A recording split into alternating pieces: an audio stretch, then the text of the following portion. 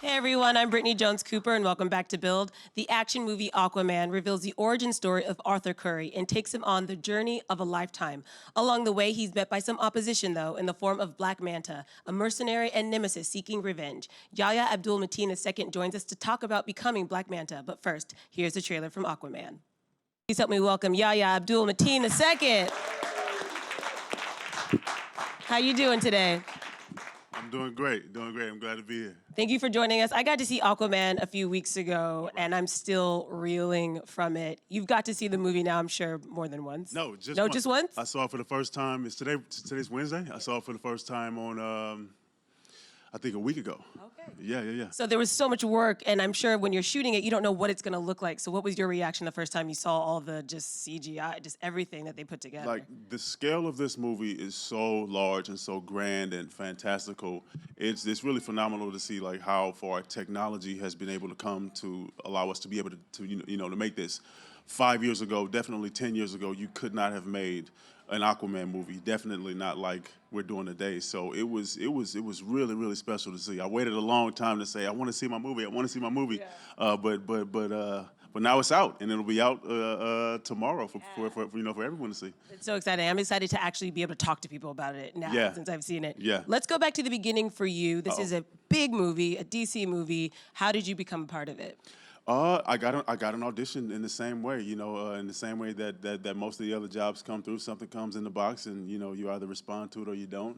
In this case, I did, and fast forward, I think about a month later, and I'm having a lunch meeting with James and Peter Safran about possibly coming through and making a mess and running through some walls and breaking stuff. That's exactly what I wanted. That's exactly what I told him I wanted to do. Were you a fan at all of the comics? Or No. what did you know about Black Manta before this? I knew nothing about Black Manta before this, nothing at all. And I did my research, and I find out, okay, there's this character named Black Manta, and I'm like, I don't want to play that. They'll never be able to see my face. You know what I mean? That's the first thing. But then you realize that the character is actually cool, and that he does take off his helmets and the costume and things like that, and in the comics, pardon me. And then I said, okay, well, I think this is something that I can get behind. Yeah. And I think what's so cool about this movie is it is packed full of action. I mean, from beginning to end, but there's so much heart. Yeah. And all these characters get really kind of fulfilled and filled out backstories, including Black Manta. Yeah. So did that help you sort of dig into who he was and make him more than just a villain? Yeah, I mean, I don't play villains. You know what I mean? I think there's a trap to playing a villain. You know what I mean? And I sat down and I said, well, okay, my goal for this is I want people to come out of this movie rooting for Black Manta. You know what I mean? In that way, the actor gets to be the villain because I get to, scheme and say I want people to root for me. Yeah. But as the character, he's just a guy on a Thursday with a problem that he has to solve. He finds himself in a predicament, and then he's out for revenge in a way that I think people will come out of this movie rooting for him and saying, well, he's not actually a bad guy. He kind of has a good point. He's misunderstood, and he, I think, is a lot of people who's just trying to make things right. I love it. I love that. I love that you can look at that guy and say that he's misunderstood because to me, that means see, that's when I get to play the villain. You know what I mean? That's when I get to say, yes, I got some, like, I tricked him, I fooled him. You know what I mean? Well, don't get me wrong, I still didn't want him to win, but I was like, he's not all bad. No, he's not all bad. He's definitely not all bad. Let's talk about the costume. You mentioned you didn't want to just only be in this, because he has this very big headpiece. Yeah. But what was that like the first time you got to actually put on the uniform? Oh, it was cool. It was like, I had been working out for about 2 months by then. I put on about 15 pounds to be able to wear the costume. The costume is maybe 70 pounds or something like that. It's pretty heavy. So by the time you put it on, you feel like you can walk through walls and run through walls and really just break stuff. It's really cool. It's a bit clumsy for the first 10 minutes being in, with a big helmet and everything. It's not the most intuitive thing. Yeah. But after you take it around the block and really, tell it what to do, you just got to get in the driver's seats, and it's awesome. With the helmet, can you see straight through, or because there's like big eyes, so but they're not see-through? There's definitely a trick. You can see through, but it's not 100% visibility. And I remember if I'm looking straight, it looks like Black Manta's looking up. And if I'm looking up, then I'm just like I'm looking behind myself. And if I'm looking down, that's when that's the sweet spot. So like on the inside, you know, I'm just like this with my head down, you know, and it's looking like he's looking straight. I can hear James now. Yeah, you gotta put your head down. Gotta put your head down. Gotta put your head down. And then you get it, you know.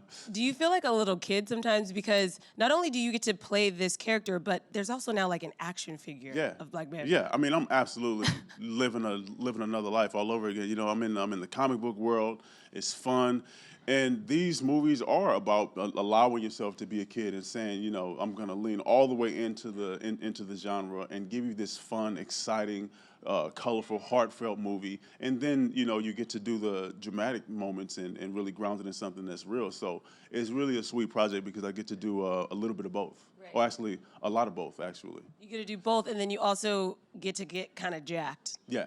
Because if you're going to be fighting Jason Momoa, Yeah, he's you got to big- put on those 15 pounds. Yeah, right? he's a big boy. He's a big boy. First time I saw him, I said, "Oh, he's actually not that big," but I saw him from across the room. And then, Get up close. Yeah, and then you get up close. I said, "Oh, okay.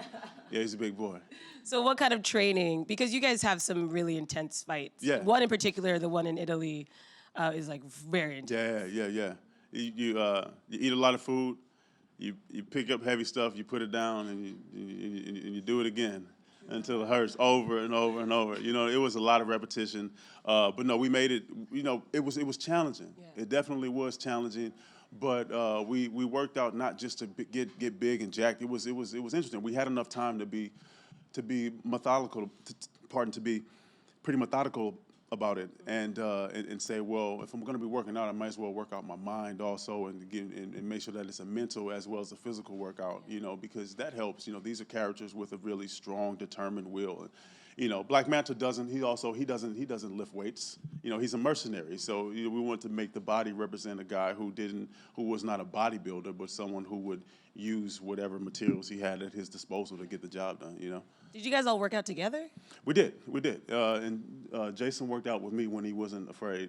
You know, on my easy days, he came over and worked out. And I know you've talked about this before, but as I was doing the research, I was dying laughing because I read that you learned how to swim for this role, but that you don't actually have to swim. Yeah. I put in my hours. I did the whole thing. You know, if there's any actors out there, I did the whole thing. You sit down and they say, "Well, can you ride a horse?" Yeah, I can ride a horse. Can you juggle? Yeah, I can do that. I do all that too. So I just you know went along with the whole thing, and then and so I get the job. I said, "Man, you better learn how to swim because it's Aquaman. You know, you're not gonna do Aquaman and not get wet." I'm like, you know, the day gonna come. They gonna say action. I'm gonna be like, James, I can't. I didn't want to be that dude. You know what I mean? So yeah, I put in a lot of time on YouTube, and then on you know, for real, it was me with my phone stacked up right there. YouTube, how to swim, and then me in the pool saying, "Okay, let me go try it." That's how you do it, making a mess. And Black Manta never has to swim. And then he never has to swim. Yeah. Oh man. But now you got a new skill. Well, I think I got a new skill. You know. Right. So I don't want to give too much away, but there is very much a lot of speculation that Black Manta would be in a sequel if there is an Aquaman sequel. Is that what they say? That's a lot of people are saying that. Oh man, I'm not mad at that. Okay, so for you, what are your hopes for Black Manta if there is a sequel? No, so I think moving forward, I think Black Manta, I'm really, he's a multifaceted person, you know, and I think I had so much real estate in this movie to introduce who he was, what some of his motivations were, and some of the things that he were capable of. I'm really excited to introduce all the other sides and characteristics of Black Manta, the one that people love in the comics, the one that's witty, the one that's funny, that's smart, that doesn't get the jokes, you know, the one that is, you know, really treacherous and annoying and things like that as well. So there's so many different layers and sides to this character, and I think we're just starting to see just very, very small bits of it with the movie that we're putting out. Still really, really cool bits, but there's so much more to go. It sounds like you have like a special place in your heart for him. Do you Yeah. identify at all with any parts of Black Manta? I think he's really smart. He's determined. I personally think that he's funny. I read the comics now, and he's a funny character. He has zero loyalty, and I think that is hilarious when someone they'll just turn on you. You know what I mean? Or they'll tell you yes, we're gonna go along, and when everybody makes a left, he'll go make a right, and he'll just flip on everybody. And I think that he's conniving in a way that is funny to me, you know. So I like him. I think it's sort of I think it's this kind of. I like him in a selfish way, you know. I like him because I enjoy what I see on the page, you know. What is it that you look for in a character? Because when I look at your body of work, you've really chosen really different men to play, either from The Get Down or in Handmaid's Tale, Baywatch. Yeah. Very different men. So what is it to you that jumps out that makes you want to take on a character? It all depends. Sometimes it's just my curiosity, and I say, well, I wonder what I could do with this, with this guy. Or sometimes it's difficult. It's something that I think it scares me or it's challenging, and I say I've got to do that. It really all depends on what my appetite is for at the moment, but I'm always down to get up for a challenge and do something that tests me to see what else I'm made of. I think when I look at my resume, it reflects that. I was just looking at the other day, and I've been really fortunate to step into characters who want different things. Yeah. Handmaid's Tale jumped out to me. Yeah. I'm a big fan of that series, and that episode in particular was very moving. And Oh, yeah. the role you played was, again, somebody who was, you could see the internal struggles he was in, and that made him very fascinating. So, we mentioned you're on film, you've done TV. I know you trained in theater. What medium sort of gives you the most life, or is one that you're really want to focus on? Boy, there's something that theater does when I step onto that stage and I just get all that attention. I'm not gonna lie, I love it. I like these lights right now. I love being under these lights. And theater does that. You step onto a stage, you're in front of people, and it's a dangerous game. It's just like you just lean forward and you never know what's gonna happen. So theater is one of those mediums that is, I get a lot of immediate gratification out of that. But then at the same time, I love making movies. Making movies is really, really fun. And then I find that in television, I get to fine tune a bit, because then that's where I get to say, I get to take a character on a journey for X amount of months, or if something is successful, X amount of years, and you get to learn and grow with the character as well. So I find all the draws in each one. Your passion for acting is so tangible, and I read that it's probably because it kind of came to you kind of surprisingly. Like, it was you went to school for something else, Yeah. and then shifted gears. Yeah, I went to school, studied architecture at Berkeley. I always wanted to be an architect since I was, I think, 5 or 6 years old, and really found acting. Acting sort of found me, so to speak. And but I think my passion for it is pure. Maybe that's not the best word, but it's kind of innocent. I like doing it. Period. It's fun. Period. I never did it. I never wanted to do it because of money or anything like that, or fame or anything else that comes with it. I said, when I go onto that stage, it's fun. I like the lights. It feels good. And then I started to chase that thing, and then to be curious about it, like I tend to be with anything else that I get interested in, and say, well, how far can I take this, and let me see what I'm made of, How hard was that shift from going to Yale Drama School to booking your first gig? Because I read that at first you were like, I just want to get a McDonald's commercial. Yeah, that was the the goal. standard. Yeah, the goal was, but that was before drama. That wasn't after drama. I mean, that was before drama school. before. That was, I didn't want to leave Yale and do a McDonald's commercial. You got to pay the bills, but I had different goals at that time. But stepping into my first job, it was seamless, because I went to work with Baz Luhrmann, and you step off the stage into theater, into a Baz Luhrmann world. There's no difference. And he told me, hey, he said, look, your job is not to worry about the camera. Your job is to is to act and to do your job and to bring your size and yourself, and I'm gonna make you look good. So that was our negotiation and the agreement that we set on that job, and it really did a lot for my confidence, because I didn't have to step into my first camera role saying, well, how do I make sure that I'm hitting my mark and make sure that I'm doing those things? Because he took care of me. And when I needed to know, someone stepped in and they said, hey, you might want to think about doing it this way because it's going to look better on camera. So from the second that I stepped in, actually, I had really good mentors to help me to perform and to show up. I was going to say, is that something that's continued to happen for you? You are interacting with other actors and directors that actually build you up? Because a lot of people think of Hollywood as very cutthroat. No, I think you work with people that has good taste. Yeah. That have good taste. Myself and my team, we always talk about that. Who are the writers? Who are the directors? Who are the people that are going to, that are making good things? And don't try to shoot for the moon all the time. You just try to align your talent with likewise talent, and that's something that you have to do. In this industry and in this town, it's like when you're talented, when you recognize yourself as someone talented, you have to be careful of who you allow to of who you give your talent to, you know, who you allow to take care of your talent, because that's the relationship, I think, between an actor and a director, an actor and a writer, is an actor showing up and saying, hey, hello, I have something to offer, and I am allowing you to, in a way, dictate how my talent is used to tell this story. So, you know, a lot of trust there. So you have to pick who you're gonna, you know, trust to take care of you. I think that's really important advice. I think a lot of young actors just want to say yes, yes, yes. Yeah. And maybe sometimes you don't say yes Yeah. if it's not best for your brand or your career. Yeah.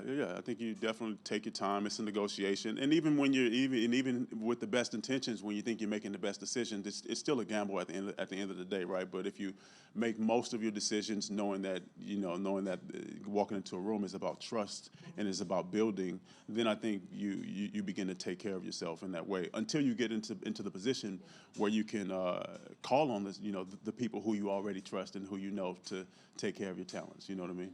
So we've got Aquaman coming out. Yeah. What is in 2019? What are you working on? I think 2019 is gonna, have some pretty cool projects coming out. We can look forward to Watchmen on HBO.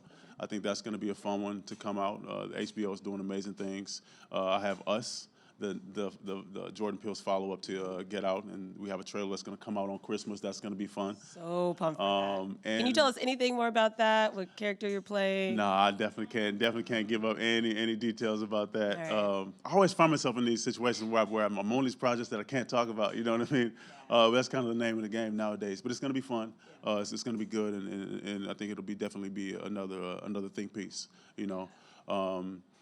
I just finished shooting in Ethiopia, a project called Sweetness in the Belly, myself and Dakota Fanning. So we have, some pretty cool stuff coming on for 2019. I can't wait to see. 2019 sounds like it's going to be another really big year for you. Yeah. I can't wait to see. I know we have some audience questions, Okay. so let's go to those really quick before we get out of here. Hey, how are you? What's up, big dog?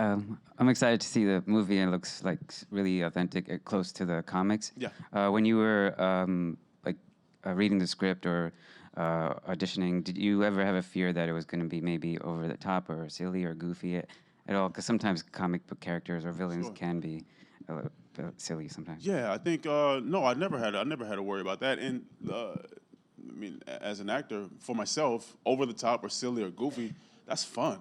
You know what I mean? I mean, I didn't everything that I did wasn't all Shakespeare and staring into the skull. You know what I mean? I spent a significant amount of time in drama school with a clown nose on. You know what I mean? Taking clown and taking commedia and learning to be silly and funny so that people can relate. And then you hit them over the head with some drama, or you hit them over the head with some drama and then lean in and then you lighten them up with some comedy. So, but no, I never worried about those things, and I look at those as an opportunity, to lean in and to try a different element of storytelling. Next question. Hey, cool What's to up, meet man? you. My name is Jonathan. So, being that you came from the stage and you're working with the words and all that, and in a world where people are being pigeonholed less and less, I was wondering if you ever wanted to get into writing or directing, the behind the camera kind Man, you got on a Dunder Mifflin shirt, dude. Oh yeah. Who signed that shirt? Oh, this it's just like a print, unfortunately. Oh, it's a I print. couldn't get them actually. Yeah. Oh, that's so cool. I need a Dunder Mifflin shirt now, Yeah, man. I love this. That's nice. What's your question again? You're obviously a really smart guy. And, Thank you. I'm smart. Yeah. No, I'm just playing. You asked me about writing. Yeah, right? writing. Yeah, I do have those aspirations. I directed once in graduate school at the Yale Cabaret, and one thing about doing a big superhero movie is that if you're not Jason Momoa, you have a lot of downtime on your hands. So I had a lot of time on my hands in Australia to go to the gym and to eat and hang out on the beach. And sooner or later, I'm like, okay, you got to put this to use. And so I did start writing. I started writing last summer, and I continued on to start developing content this year. So one of the things that I'm focused on in 2009 is to be able to walk into rooms with my own content in my hands and things like that. But yeah, I think that's one of the best positions that an actor could be in right now. Look at Donald Glover, Issa Rae. I think the list goes on.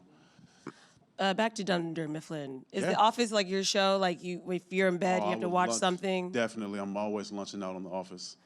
Always lunching out on The Office. It's some of the best stuff to me. Who's your favorite character on The Office?